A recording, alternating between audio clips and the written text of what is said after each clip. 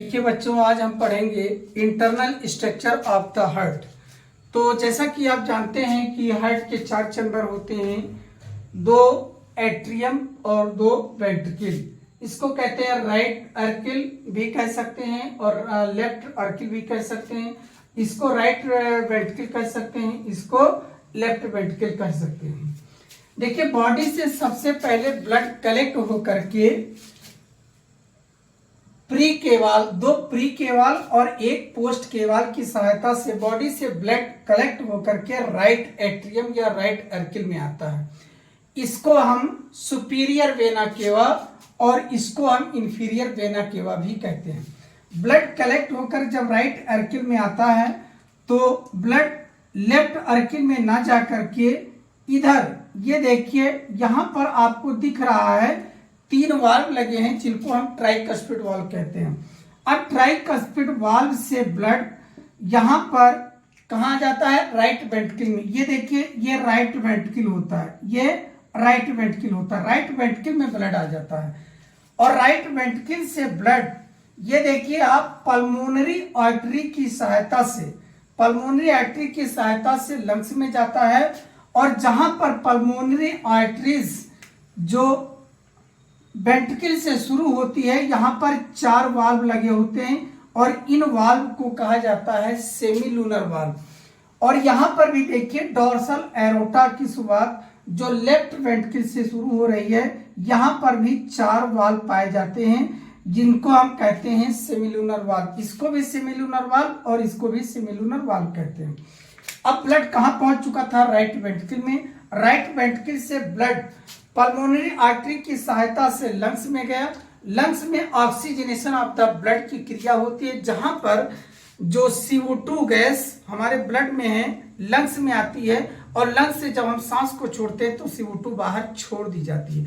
जब intake of oxygen करते हैं, इनस्पायरेशन करते हैं, सांस को हम लेते हैं, उस समय ऑक्सीजन हमारे लंग्स में जाती है और लंग्स एल्वोलाई से होते हुए हमारे ब्लड में जाकर डिफ्यूज हो जाती है और हमारा ब्लड शुद्ध हो जाता है।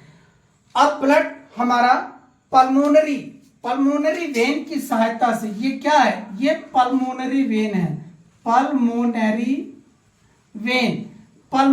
वेन की सहायता से ब्लड हमारे लंग्स से कहां आता है? लेफ्ट अर्किल में आता है। और ये जो आपको दिख रही है, ये ओपनिंग ऑफ पल्मोनरी वेन, इसकी ओपनिंग यहां पर लेफ्ट वेंट्रिकल में दिखाया गया है। लेफ्ट वेंट्रिकल से ऑक्सीजनेटेड ब्लड हमारे, ये देखिए यहां पर आपको दिख रहा है दो वाल्व, ये गोल नुमा जो हमने दिखाया है, ये वाल्व है और इनको हम कहा करते हैं बाइकस्पिड वाल्व, या इसका एक नाम होता है मिट्रल वाल्व। मिट्रल वाल्व कहते हैं। अब मिट्रल वाल्व की सहायता से ब्लड हमारे यहां पर लेफ्ट वेंट्रिकल में आ जाता है और लेफ्ट वेंट्रिकल से ब्लड, ऑक्सीजनेटेड ब्लड हमारे इस सेमिलूनर वाल्व से होते हुए डोर्सल एओर्टा की सहायता से हमारे बॉडी में सप्लाई हो जाता है।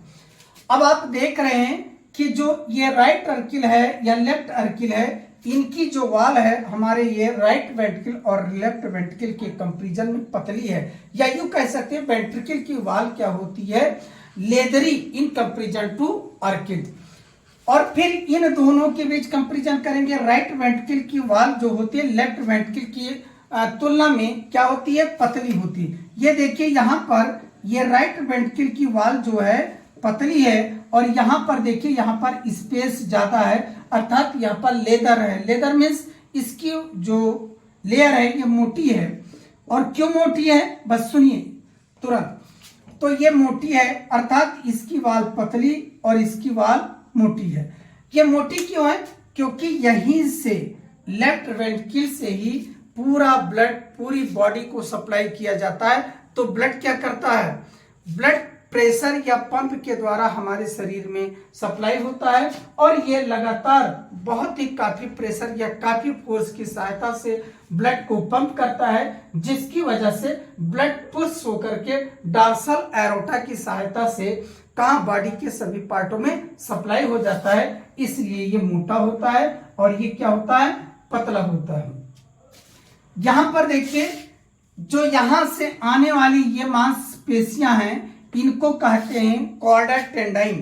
कॉर्डा टेंडाइन क्या होती है? ये वाल्व, यहाँ का जो जंक्शन है, पार्टीशन है, यहां से लेकर इनको जोड़ने का कार्य करती है। और यहाँ पर जो कार्नर पे जो मांसपेशियां होती हैं, इनको मेमोरी मसल या इन्हें पेपिलरी मसल भी कहा जाता है। दो राइट सर्किल और राइट वेंट्रिकल के बीच का जो पार्टीशन होता है, इसको कहते हैं इंटर एवरिकुलर सेप्टम। मतलब दोनों अर्किल के बीच के पार्टीशन को हम ये इंटर एवरिकुलर सेप्टम कहते हैं, या यूं जनरल कह लीजिए दोनों राइट अर्किल और लेफ्ट अर्किल दोनों इंटर एवरिकुलर सेप्टम के द्वारा सेपरेट होती है, अलग होती है।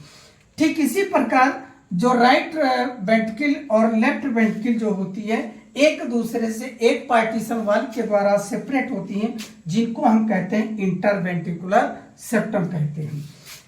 और फिर इसके बाद आप देखते हैं कि जो हमारा प्योरिफिकेशन ऑफ ब्लड है, डार्सल एरोटा से बॉडी की तरफ, और बॉडी से फिर डीऑक्सीजनेट ब्लड हमारे पूरे बॉडी में सर्कुलेट करता है। इस प्रकार हमारे हार्ट से कोई भी ब्लड एक साइकिल को पूरा करने के लिए 2 बार गुजरता है। ठीक, तो इंटरनल स्ट्रक्चर ऑफ हार्ट आपने देख लिया। नेक्स्ट टॉपिक हम नेक्स्ट वीडियो में दिखाएंगे। Okay, thanks.